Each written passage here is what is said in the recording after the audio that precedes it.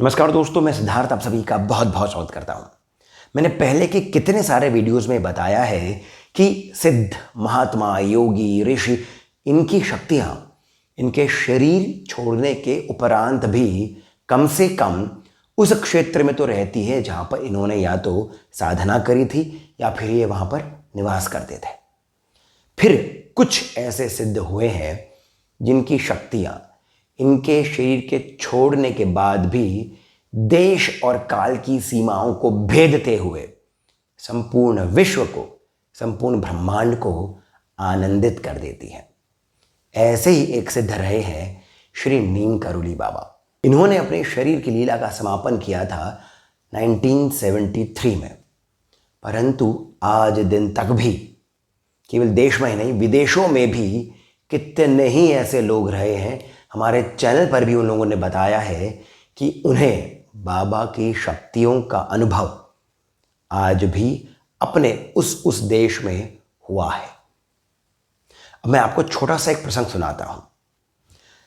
ये प्रसंग बाबा की शरीर लीला के उपरांत का है, यानी 1974-75 का है। बाबा के भक्त थे हल्द्वानी में। ये देशी घी के बहुत बड़े व्यापारी थे। पहले तो ये आए दिन बाबा से मिलने चले जाते थे, परंतु जब बाबा ने अपने शरीर की लीला छोड़ दी, उसका समापन कर दिया, तब इन्होंने एक दिन सोचा कि अब कैंची धाम जाकर के कोई लाभ नहीं है, बाबा को तो हम याद यहीं से ही कर लेते हैं। तो वहाँ पर जाना इन्होंने छोड़ दिया। इस बात को थोड़ा समय बीत गया। कुछ समय बाद इनकी तबीयत अचानक से बिगड़ गई। इन्होंने हल्द्वानी में ही एक बड़े हॉस्पिटल में चेकअप कराया तो मालूम चला कि इन्हें तो टीबी है। अब आप समझ सकते हैं कि बात हो रही है 1974-75 की, तो वहाँ पर टीबी उस वक्त कितनी बड़ी बीमारी थी। तो मन में थोड़ा सा डर बैठा। थोड़े दिनों बाद ये भोवाली, जो नैनीताल में ही भोवाली एक स्थान है, वहाँ पर टीबी का बहुत बड़ा सैनिटोरियम है। ये अंग्रेज़ों के ज़माने का है, यानी ये करीब 1913-1914 के आसपास में बनाया गया था। काफ़ी बड़ा सेंटर है। वहाँ पर जाकर भी इन्होंने चेकअप कराया तो उधर भी इनकी टीबी की पुष्टि हो गई। अब मन में डर थोड़ा और बढ़ गया। वापस जाते वक्त इनकी पत्नी ने कहा कि यहाँ तक आए हैं तो कैंची धाम होते हुए बाबा के उस कमरे के दर्शन कर लेते हैं। ये गए वहाँ। अब जब इनकी पत्नी ने बाबा के कमरे के दर्शन करे जहाँ पर बाबा रहते थे, इन्होंने वहाँ पर जब अपना माथा लगाया तब इन्हें एक आवाज़ सुनाई दी। यह आवाज़ बाबा नीम करोली की थी और उन्होंने कहा, अब तुम कैंची क्यों नहीं आते हो, आया करो। बस इतनी सी बात बोली।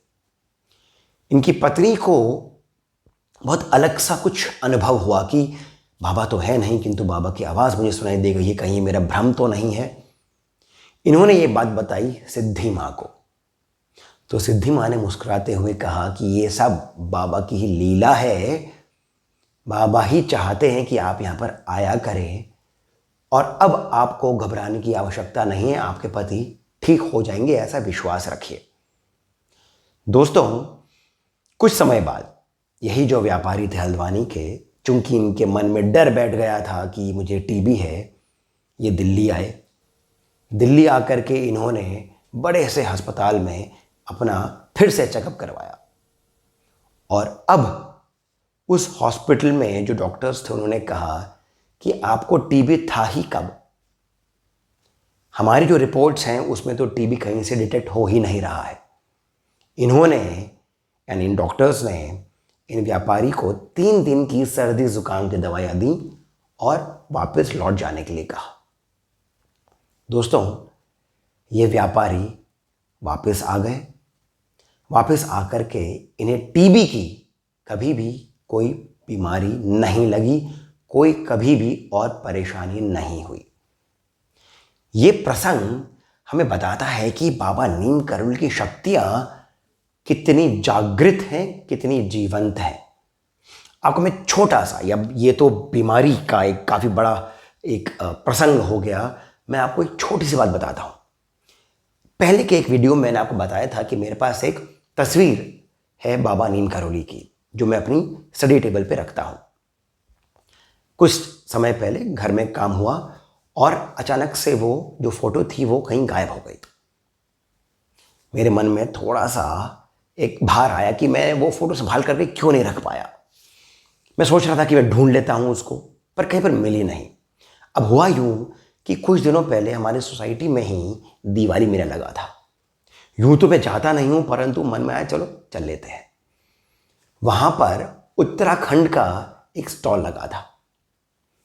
मैं वहाँ पर चला गया और वहाँ पर मुझे बाबा नीम करौली का एक अलग सा चित्र दिखा।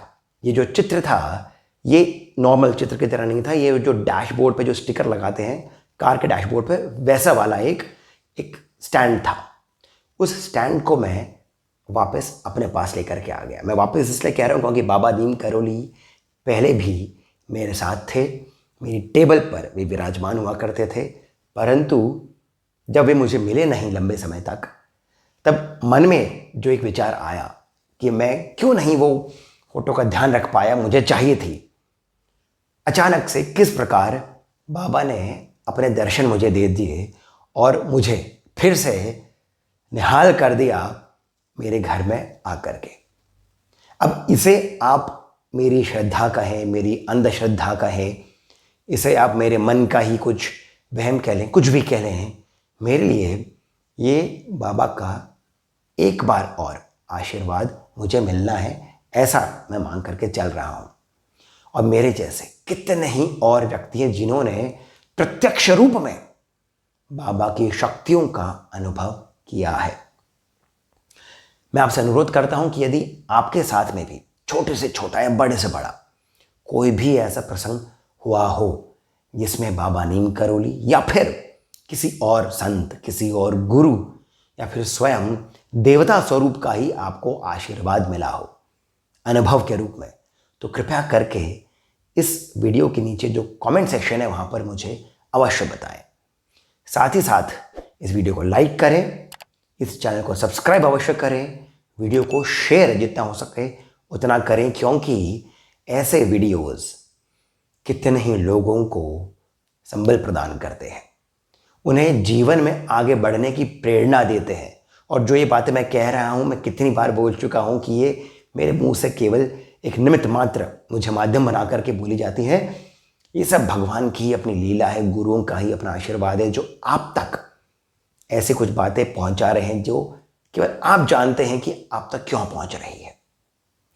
अब इसी के साथ मैं सिद्धार्थ आप सभी से जाने की अनुमति लेता हूं, पर मैं यही कहूंगा कि कमेंट सेक्शन में जो पहला कमेंट पिंड है वहां से जीपे, पेटीएम इत्यादि के माध्यम से जितना भी आपके मन में आए, 100, 200, 500, आप हमें श्री सहयोग अवश्य प्रदान करें, बहुत प्रोत्साहन मिलता है।